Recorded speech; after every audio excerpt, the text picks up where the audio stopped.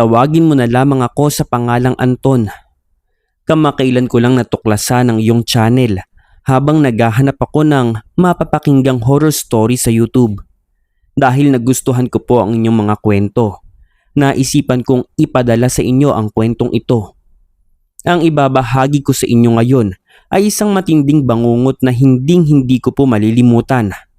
Isang karanasan na nangyari sa akin ilang taon na ang nakakaraan at naging dahilan kung bakit hanggang ngayon kapag sumasapit na ang gabi ay hindi ko pa rin magawang tumitig ng matagal sa mga bintana ng aking silid. Taong 2024 nang makakuha ako ng magandang oportunidad ng pagtatrabaho bilang isang supervisor sa isang malawak na plantasyon ng saging sa napakaliblib na lalawigan sa Central Java, Indonesia. Malaki po ang sweldo na inialok sa aking doon, Kuya Jay. Bilang panganay sa 5 magkakapatid at dahil na rin sa hirap ng buhay sa ating bansa, hindi ko na pinakawala ng pagkakataon. Kahit pa sabihin ng mga lokal doon na ang lugar na aking pupuntahan ay may kakaibang kultura, mga sinaunang paniniwala at mga nakakatakot na kwentong hindi maipaliwanag ng siyensya. Binaliwala ko po ang lahat ng iyon. Ang utak ko noon ay pera lang ang mahalaga. Kailangan kong kumita para sa pagkain, pagpapaaral ng mga kapatid ko at panggamot ng aking mga magulang sa Pilipinas. Ang takot sa kahirapan ang nagpanakip-buta sa takot ko sa kung anong kababalaghan sa dilim. Binigyan po ako ng kumpanya ng isang lumang bahay na gawa sa matigas na kahoy at kawayan na matatagpuan sa mismong compound ng plantasyon. Malapit ito sa gilid ng masukal na bahagi ng bukid kung saan ang mga naglalakihang puno ng saging at nagtataasang kawayan ang tanging tanawin mo tuwing umaga at gabi. Sa ilang buwan ng aking pananatili roon, naging maayos naman ang lahat. Sanay ako sa hirap at sanay ako sa katahimikan ng probinsya, kaya hindi ako nahirapan mag-adjust. Masasabi kong naging maganda ang pakikitungo sa akin ng mga katutubo at lokal na manggagawa roon dahil madali akong makisama. Subalit, ang payapang buhay ko ay biglang nagbago nang sumapit ang buwan ng Nobyembre. Isang hapon, Kuya Jay, habang naglalakad ako pabalik sa aking quarters matapos inspeksyonin ng mga ani, napansin kong nagkakagulo at tila balisa ang mga lokal na manggagawa sa dulo ng plantasyon. May mga pabulong silang nag-uusap sa wikang Havanese na tila may malalim na inaalala. Doon ko nalaman mula sa isa kong kasamahan na pumanaw pala noong tanghaling iyon ang isa sa pinakamatandang naninirahan sa baryong iyon, si Pak Raman. Siya ay isang mabuting matanda, tahimik, ngunit namuhay siyang mag-isa at walang natitirang malapit na kamag-anak sa lugar. Dahil sa tradisyong Islamiko sa kanilang komunidad, kailangan mailibing agad ang patay bago lumubog ang araw sa mismong araw ng kanyang pagkamatay. Dahil walang pamilyang nag-aasikaso, ang mga taga-baryo na lamang ang nagtulungan upang ihanda ang kanyang huling hantungan. Nagmamadali ang lahat noong hapong iyon dahil biglang dumilim ang kalangitan at nagbabadya ang isang napakalakas na bagyo. Ramdam ang kaba at tensyon sa bawat isa habang tinatapos nila ang paghuhukay sa sementeryo na matatagpuan ilang daang metro lang ang layo sa likod ng aking tinitirahang bahay. Ramdam ko na tila ba may hinahabol silang oras, hindi lang dahil sa ulan, kundi dahil sa isang matandang pamahiin na hindi ko pa nauunawaan noon. Nang sumapit ang gabing iyon, matapos mailibing si Pak Raman, doon ko na umpisahang maramdaman ang isang hindi maipaliwanag na bigat sa hangin. Ang lamig na dumarating mula sa bundok ay hindi ordinaryong lamig ng gabi. Parang may kung anong invisible na enerhiya na humihigop sa init ng aking katawan. kahit anong suot ko ng makapal na jacket. Parang nanunuot pa rin ang kilabot sa aking mga buto. Upang maibsan ang kakaibang pakiramdam, nagtimpla ako ng kape at naupo muna sa balkonahe. Ang kadiliman sa labas ay tila mas lalong naging siksik. Ang mga dahon ng saging na karaniwang sumasayaw sa hangin ay tila nanigas. Walang gumagalaw. Ngunit ang paligid ay napuno ng isang uri ng huni ng mga kuliglig na hindi nagbabago ang tono. Isang tuloy-tuloy at nakakabaliw na ingay. Bandang 11:00 ng gabi, Kuya Jay, noong naghahanda na akong matulog, bigla na lang namatay ang kuryente sa buong compound ng plantasyon. Karaniwan na ang blackout sa ganoong kaliblib na lugar kapag may paparating na masamang panahon. Kaya hindi na po ako nagpanik. Nagsindi ako ng isang maliit na kandila at inilagay ko ito sa ibabaw ng wooden table sa tabi ng aking higaan. Ang munting liwanag ng kandila ay lumikha ng mga mahahabang anino sa dingding na gawa sa kawayan, na tila ba may sariling buhay na sumasayaw sa dilim. Maya-maya ay humiga ako. Hinila ko ang kumot hanggang sa aking dibdib at ipinikit ang aking mga mata at sinubukang kuhanin ang antok. Ngunit sadyang mailap ang pahinga noong gabing iyon. Habang nakahiga ako sa aking kama, sa gitna ng nakakabinging katahimikan ng gabi, napansin ko ang biglang pagtahimik ng mga kuliglig sa labas. Ang biglaang pagkawala ng ingay ng kalikasan ay ang lalong nagpabigat sa kapaligiran. At doon ko na unang narinig ang isang kakaibang tunog mula sa labas ng aking bintana. Mga kaluskos. Noong una, pilit kong kinukumbinsi ang aking sarili na baka malakas na hangin lamang ito na nagpapakilo sa mga tuyong dahon ng saging sa labas. Ngunit alam kong walang hangin. Dahil na mga oras na yun, ang hangin ay patay at tuyo. Ang kaluskos ay tila may sinusundan. Isang mabagal ngunit determinadong pagkilos. Biglang sinundan ang kaluskos ng isang mabigat, tuyo at basag na tunog na tila may isang malaking bagay na bumabagsak sa basang lupa.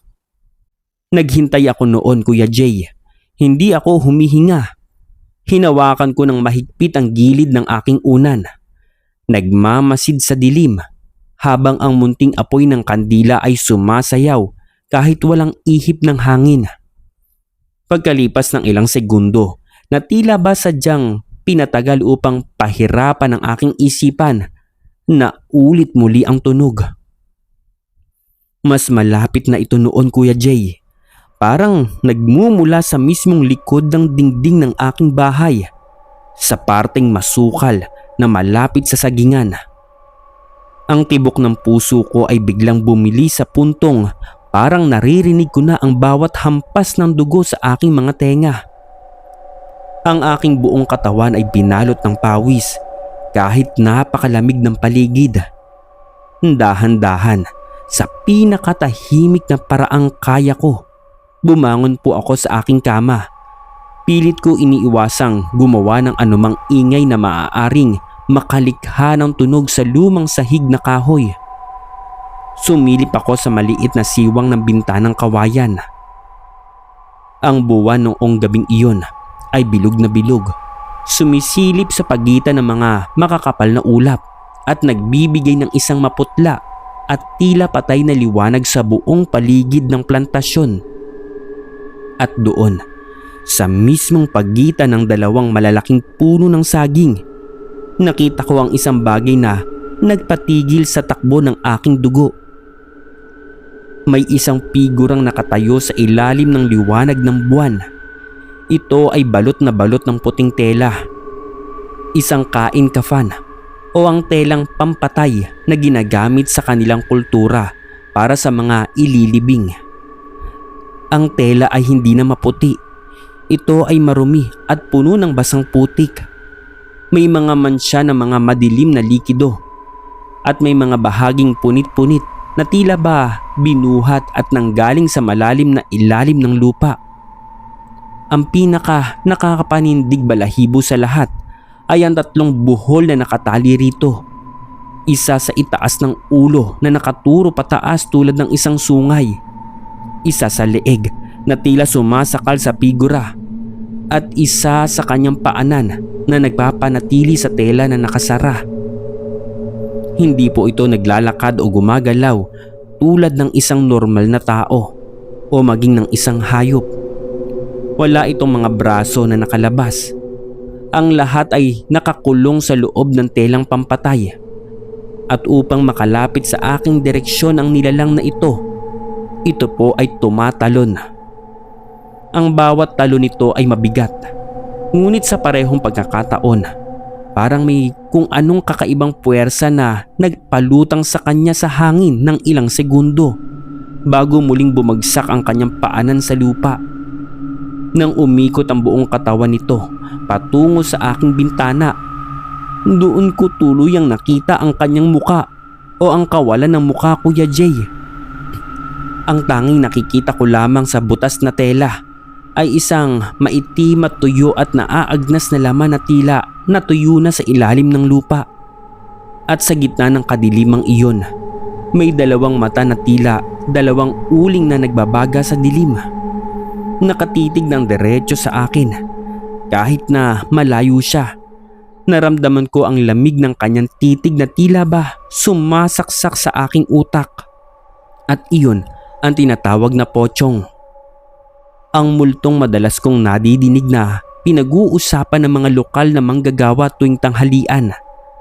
Ang nilalang na inakala kong isang simpleng kwentong bayan lamang para takutin ang mga bata sa lugar.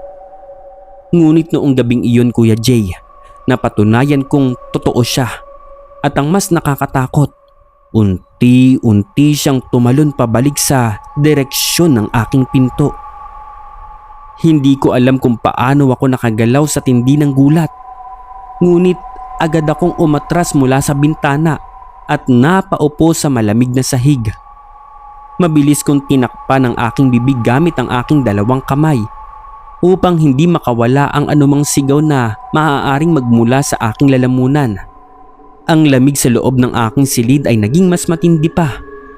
Ang kandila sa tabi ng aking kama ay biglang nagsimulang kumislap-kislap.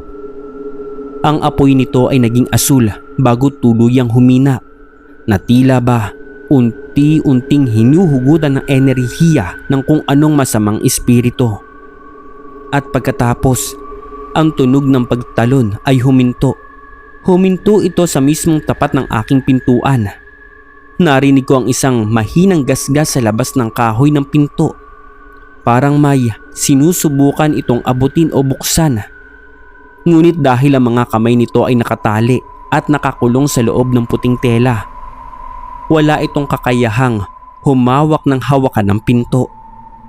Sa halip, Kuya Jay, narinig ko ang isang tunog na hinding-hindi mawawala sa aking isipan hanggang sa aking pagtanda. Hindi ito tunog ng paa. Narinig ko ang marahang pagbatingaw ng ulo nito sa pinto. Isang marahan ngunit tuloy-tuloy na pag-untog. Parang isang taong kumakatok gamit ang sarili nitong noo sa kahoy.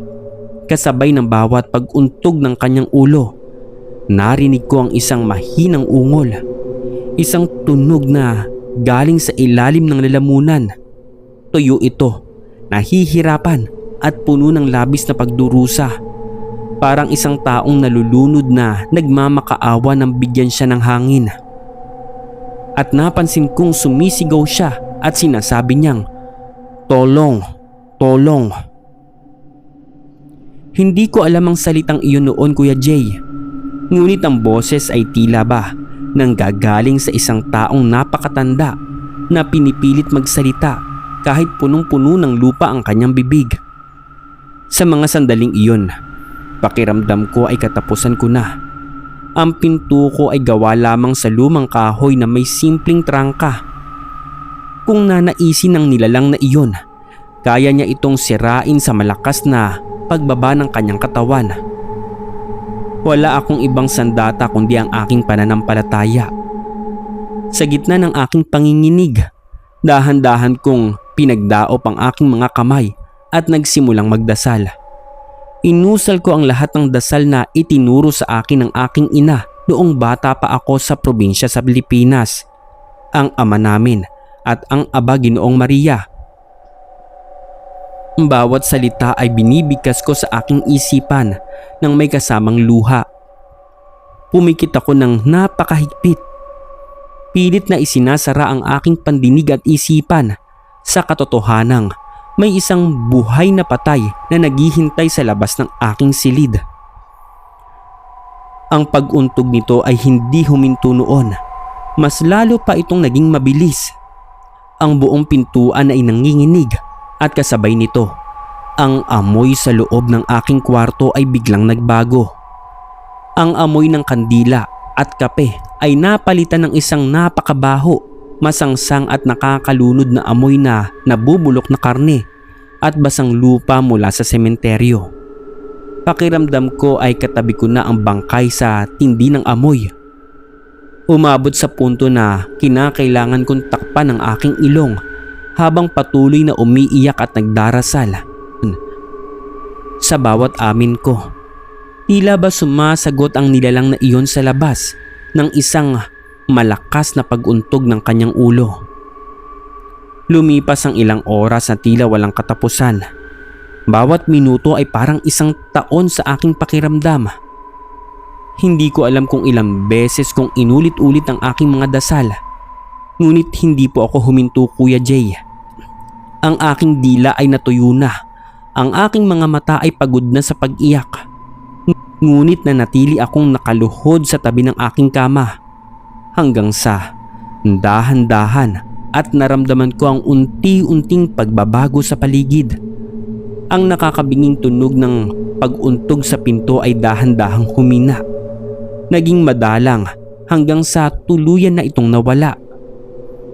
Nang magsimulang magbago ang kulay ng langit mula sa madilim na itim patungo sa dahan-dahang asul na madaling araw. Ang mabigat at nakakalunod na pakiramdam sa hangin ay napalitan ng init ng paparating na umaga. Ang masangsang na amoy ng kamatayan ay dahan-dahang napawi ng simoy ng hangin mula sa mga puno. Nang tuluyang sumikat ang araw, narinig ko ang tilaok ng mga manok at ang ingay ng mga ibon. Doon ko lang nagawang idilat ang aking mga mata. Ang aking buong katawan ay nanghihina. Parang galing ako sa isang napakahabang takbuhan. Agad akong bumangon, binuksan ang pinto at muntik na akong mabuwal sa aking nakita. Dahil sa ibaba ng aking pinto, sa mismong sahig ng balkonahe, may mga bakas ng basang putik, mga tuyong dahon at mga piraso ng puting tela na may mansya ng isang lupa. Patunay na ang lahat na nangyari kagabi ay hindi isang panaginip o guni-guni lamang. Dahil din sa matinding takot, Kuya Jay, tumakbo ako patungo sa opisina ng plantasyon nang hindi man lang nagpapalit ng damit. Hindi ko na iniisip kung ano ang iisipin ng mga tao sa akin. Ang mahalaga ay makahanap ako ng tulong. Doon ko hinanap si Pak Aging. Siya ang pinakamatandang supervisor sa aming kumpanya at ang tanging taong iginagalang ng lahat dahil sa kanyang malalim na kaalaman sa mga tradisyon, pamahiin at espiritual na bahagi ng kanilang lugar. Sa pamamagitan ng aking kaalaman sa wikang Indonesian, na hinaluan ko ng kaunting Ingles at mga kompas ng kamay, ipinaliwanag ko sa kanya ng buong detalye ang aking nakita at naranasan kagabi. Binanggit ko rin ang salitang nadinig ko na sinabi nito, ang salitang tulong. Nang sinabi ko ang salitang iyon, biglang natigilan si Pak Aging. Ang kanyang muka na kanina ay seryoso lang ay biglang napuno ng isang malalim na pag-iisip at matinding pag-aalala. Ipinaliwanag niya sa akin ang salitang tulong. Sa kanilang wika ay nangangahulugang tulong. Nakinig siya ng napakatahimik habang humihit-hit sa kanyang lumang kwako. Walang bakas na pagkabigla o pag-aalinlangan sa kanyang kulubot na muka. Sa halip ay napatango siya at sinabing kailangan magtungo agad sa sementeryo kung saan inilibing si Pakrama noong nagdaang hapon. Kasama ang 2 pang lokal na manggagawa na may dalang mga pala. Naglakad kami patungo sa libingan. Ang sementeryo ay napapaligiran ng matataas na ligaw na damo at mga lumang puno na tila ba nagbabantay sa mga natutulog na kaluluwa. Habang naglalakad kami, Kuya Jay, ipiniliwanag sa akin ni Pak Aging ang tungkol sa pochong. Sinabi niya na kapag ang isang tao ay namatay, ang kanyang kaluluwa ay nananatili sa lupa sa loob ng 40 araw. At upang makapaglakbay ng maayos ang kaluluwa, ang mga buhol sa kanyang telang pampatay ay dapat makalag bago tuluyang tabunan ng lupa ang kabaong nito. Kung hindi ito magagawa, ang katawan ay magigising at ang kaluluwa ay makukulong. Napipilitin nilang magpakita sa mga buhay upang humingi ng tulong. Nang marating namin ang bagong hukay na libingan ni Pakramen, isang kakaibang tanawin ang sumalubong sa amin. Ang lupa sa ibabaw ng kanyang libingan ay tila ba nagambala at nayanig. May mga malalalim na bitak ito na tila ba may kung anong bagay mula sa ilalim ang nagpilit na humukay pataas upang makalabas sa ibabaw. May mga bakas din ng pagtalo na nagmula sa libingan patungo sa direksyon ng aking quarters. Nagtinginan ng manggagawa. Ang takot nila ay malinaw na nakasulat sa kanilang muka. May mga binibigkas silang mga dasal sa kanilang wika habang umatras ng ilang hakbang. Ngunit sumenya si Pak Aging na simulan na ang paghuhukay. Kumuha sila ng mga pala at dahan-dahang inalis ang mga sariwang lupa. At habang lumalalim ang hukay, ang tibok ng puso ko ay muli na namang bumibilis na tila bumabalik ang takot ko noong nagdaang gabi. Nang sa wakas ay maabot nila ang kabaong at dahan-dahang itong buksan. Isang mabigat na amoy ng kamatayan at basag na lupa ang humampas sa aming mga mukha. Halos maduwal ako, Kuya Jay. Ngunit mas matindi ang pangihina ng aking tuhod sa aking nakita sa loob. Dahil nakahiga roon ang katawan ni Pakraman. Nakabalot siya sa puting tela na eksaktong-eksakto sa itsura ng telang ng nilalang na bumisita sa aking pinto kagabi. At doon, nakita namin ang malaking pagkakamali na naging dahilan ng kanyang pagbabalik.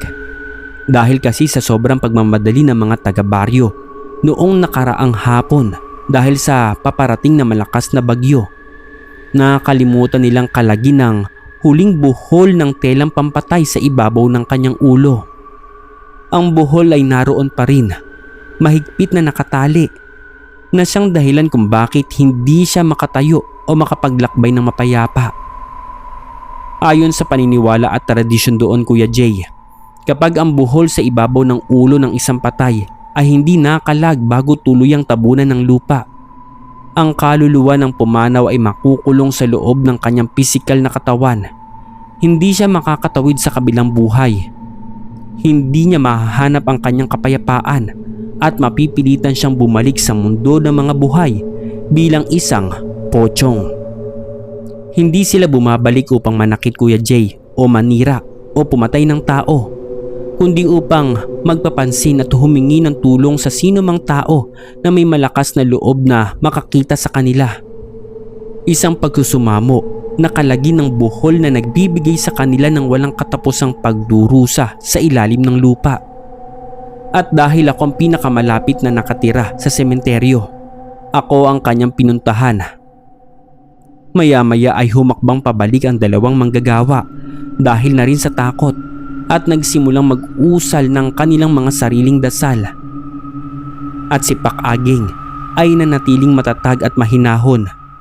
Tinignan niya ako at sinabing, "Anton, dahil sa iyo siya pumunta, kailangan mong makita ang pagpapalaya sa kanya." Wika nito.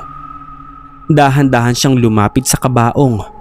Kumuha siya ng isang maliit na patpat at gamit ang kanyang nanginginig at ngunit determinadong mga kamay ay maingat niyang kinalag ang buhol sa ibabaw ng ulo ni Pakramen. Habang kinakalag ang buhol, napansin kong tila lumuwag din ang ekspresyon ng tela sa tapat ng mukha ng patay. At nang tuluyang maalis ang buhol at lumuwag ang tela, isang biglang malakas at malamig na ihip ng hangin ang dumaan sa buong sementeryo. Kahit na napakainit ng sikat ng araw noong tanghaling iyon na nagpatunog sa mga tuyong dahon at mga sanga ng puno sa paligid. Parang isang malalim, mahaba at matahimik na buntong hininga ang ginawa niya mula sa isang kaluluwang matagal nang nagtiis ng hirap at sa wakas ay pinalaya na sa kanyang pagkakakulong. Mabilis nilang isinara muli ang kabaong at tinakpan ng lupa ang libingan ng maayos. Habang nag-aalay ng mga huling dasal para sa kapayapaan ng kanyang kaluluwa, nag-iwan din si Pakaging ng isang maliit na handog at nagsunog ng kaunting insenso sa ibabaw ng libingan bilang tanda ng paghingi ng tawad sa naging pagkakamali ng komunidad.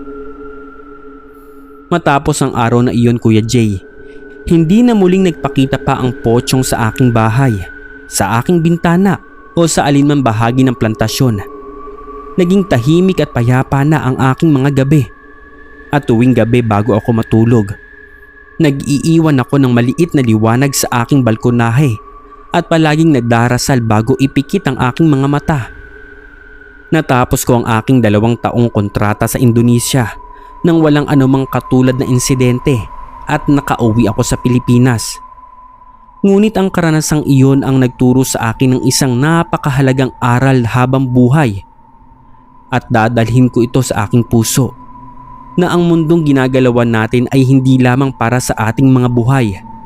May mga batas, tradisyon at mga espiritual na alintuntunin ng bawat kultura na dapat nating igalang at huwag basta-basta baliwalain dahil lamang sa ating kamangmangan o pagmamadali. Dahil kung minsan, ang isang maliit na pagkakamali ng mga buhay ay maaaring maging simula ng isang mahaba, madilim at walang katapusang pagdurusa para sa mga yumao. Ngayong narito ako muli sa Pilipinas kasama ang aking pamilya na naitaguyod ko naman dahil sa aking pagkatrabaho sa ibang bansa. Marami na ang nagbago.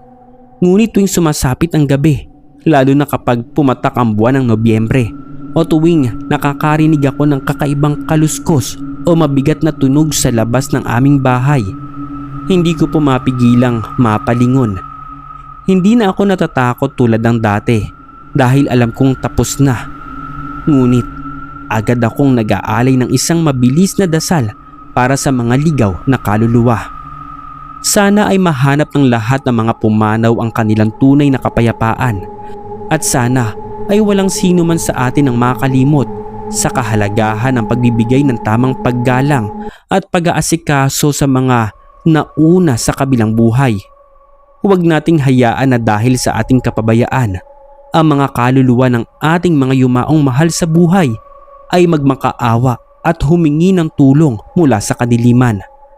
Maraming salamat po Kuya Jay sa pagbasa at pagbabahagi ng aking kwento sa iyong bagong programa. Dalangin ko ang patuloy na paglago ng iyong channel at naway marami pa kayong ma-share ng mga ganitong kwento na nagbibigay kilabot at nag-iiwan ng mahalagang aral sa mga manonood. Maraming salamat sa pakikinig at ako po si Anton at ito po ang aking kwento.